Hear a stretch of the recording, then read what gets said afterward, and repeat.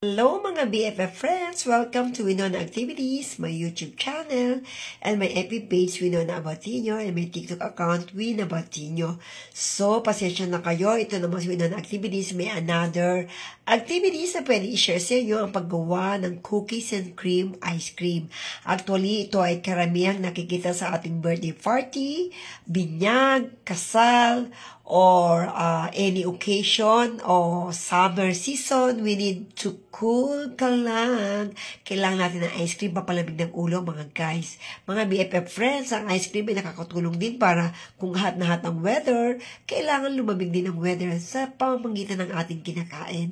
So ito ay easy to prepare. We need to at least 3 Nestle cream, 1 can of condensed milk, and then syempre if you want to any flavor like vanilla, green leaves, pwede natin ilagay ito. Shout out nga pala sa mga customer ko na umu-order ng vanilla green leaves. Shout out to all of you, ang yung BFF friends ay naglalagay ng vanilla green leaves.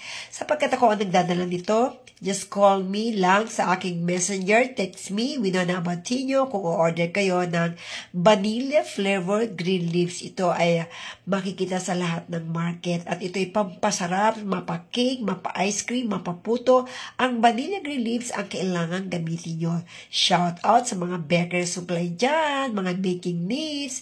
At syempre ito naman cookies and cream ay binili ko lang. Ito ay 5 cookies and cream na dinurog-durog ko para ito ang maging flavor natin sa ice cream na ating gagawin. Ayan, yari na nga po mga BFF friends. At kung bago ka lang, please follow me.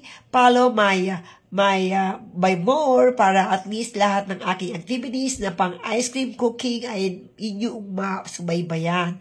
At shout out sa lahat ng mga mahilig mag-ice cream dyan. Kaya kailangan kayo ay laging cool ka lang. Ayan na po ang ating cookies and cream. Thank you so much mga BFF friends. Muli kayong natutunan sa aking Winona Activities. Thank you so much. Love you all.